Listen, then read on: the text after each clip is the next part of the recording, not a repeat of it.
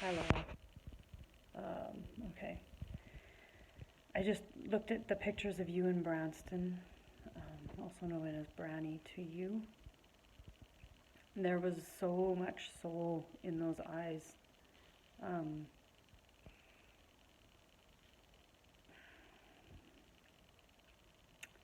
the word regret is coming up, but almost like um, there's no regret in whatever decision it is that you make. Um, that he came to you for a very specific reason, and even if that reason might not be able to be brought through in this communication, that you on a soul level know this reason, and that when you are ready to have it revealed to you, it kind of will be, or you'll come to understand it in a better way, and that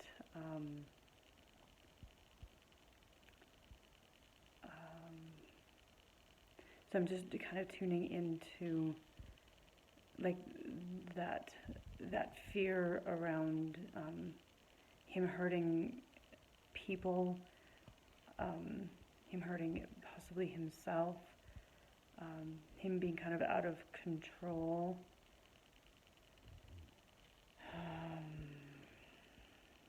Just give me a second. It's like there's a lot kind of right here. And if I feel into that, okay, it's almost like the idea is that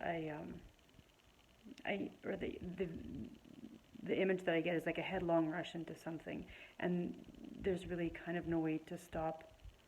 What I want to, the best way I can describe is like a train wreck, right? You just have to kind of be a witness to it, and in the, I'll put in quotations, tragedy and casualties, comes a new experience or a new level of understanding, not for the people in the tragedy, but for those of us who witness it. And so okay, it's like he wanted you to witness an aspect of, oh my God. Okay, I don't know. I'm getting your dad, not to witness an aspect of your dad, but that there is something connected here to your dad, a thread, an energetic thread. I'm not too sure. Something that maybe, no, not that maybe, something that feels like it very much needs to be healed. And the word counterintuitive is coming. And so I can't off the cuff tell you what exactly that means, but look that up, and that will help you kind of define what I am trying to share here from Branston. And that you hold this aspect too. And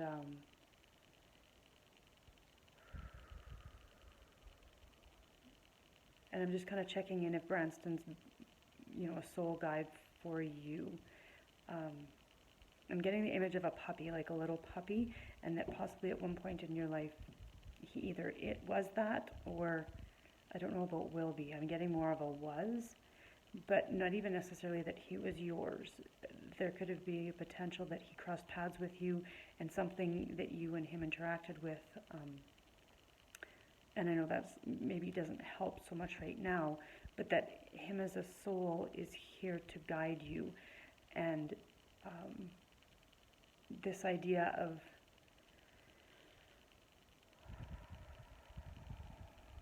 letting our own soul guide us in and through our transitions that we need to make in life,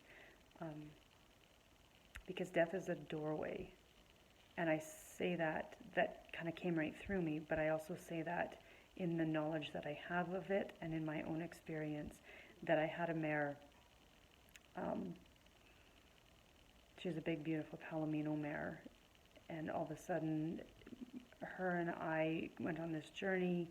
Kind of, we meshed very well, and then we began to not mesh, and I couldn't let her go, so I put her down because I didn't think anybody else wanted her. But what I realized is that she was showing me all those things about myself that I didn't want, and I didn't know that at the time. But without her, I would have never been able to open up to what happens through the process of grieving.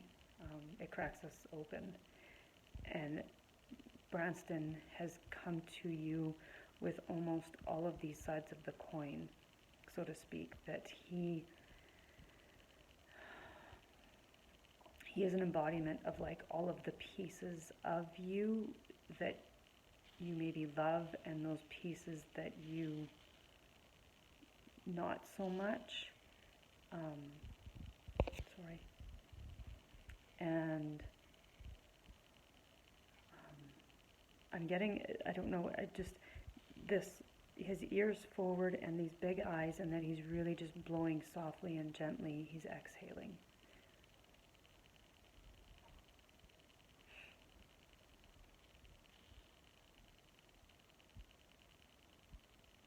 Just a sec.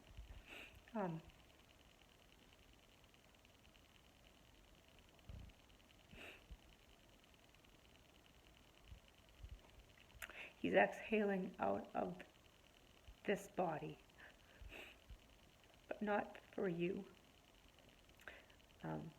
Like not in his connection to you. He needs, I know this to be true because this is, I have a few animals that are at this stage right now. He needs to leave this body so he can return in a new form, and a new addition, kind of, so to speak, to support you. And with this, your decision that you made, there'll be, a lot of judgment that you might feel placed on you, but it's almost your soul's journey to decide whether you're going to take that on for yourself or not, because really and truly, we are always the biggest judge of ourselves. It doesn't matter what externally goes on outside of us, and he feels like he's really showing up to just breathe a sigh of relief and let go for now, and help you let go. But we as humans often don't know how to let go until we have, I'll use the word enriched, but that's not really how this feels, till we have an experience that takes us there. Because it's easy to talk about letting go and, I want it right, but until you're in that process, and there's a whole layered process for each one of us, and what that looks like, and all the things that we've attached to in past lives and this life, all those people, just everything that when we grieve, that allows us to let go of those things that aren't ours. And Branston is a very enlightened and knowledgeable and wise soul. And there's this smile, like,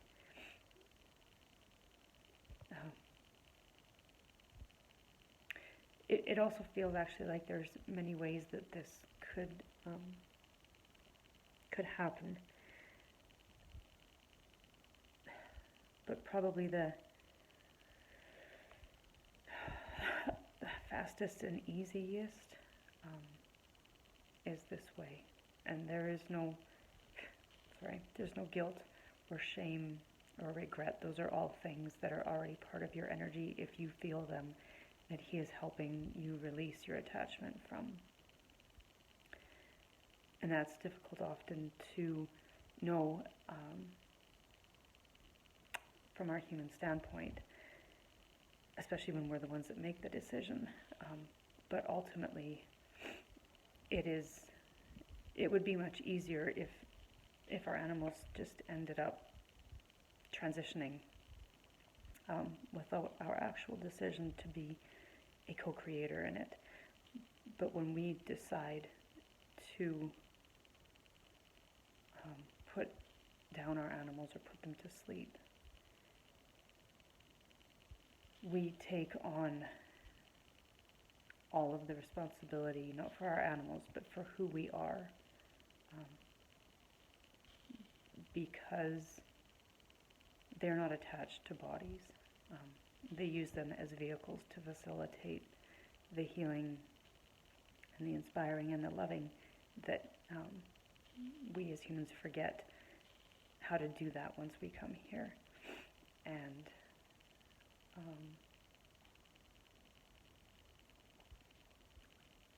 so when I say that there's maybe possibly many ways to do this, it's that, it's not that this one way is the only way, which it feels like you're nodding yes, I know, I understand that.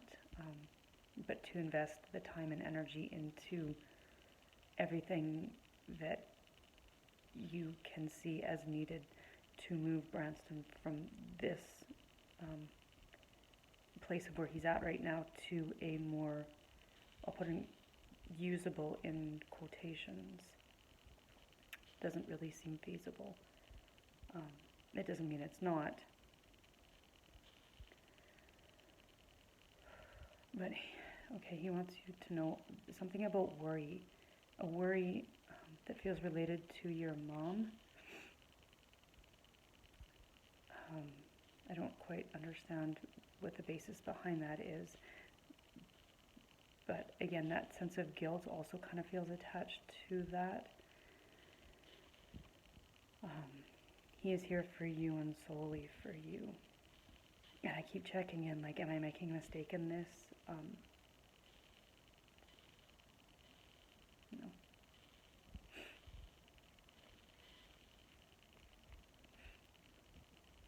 Because when there's this much emotion, it's such a deep and welling compassion that is born of non-attachment and love for us. And I'm actually feeling that the mare, my Palomino mare, representing this also and kind of supporting him, Branston, as like a support for his soul to come back. Not only come back to the etheric realm, but come back to Earth to continue to work. Because what I believe and understand from connecting with my own animals and those whose lives are lost, I'll just use that, they know exactly what they're doing. And they're here to support us. So I hope that this helped, and if some of this makes sense and some of it you have questions on, or you just want more, let me know and I can try and bring more through. But the image she just got was his 4 feet on the ground. So like he's super grounded in this, and he's trying to ground you. He is your gateway, your doorway to grounding who you are into your life through this experience. Which doesn't mean it's going to be easy. But know that as he transitions back to spirit, he's helping you transition through a doorway that you found him to be that guide into and through. So much love to you and to him.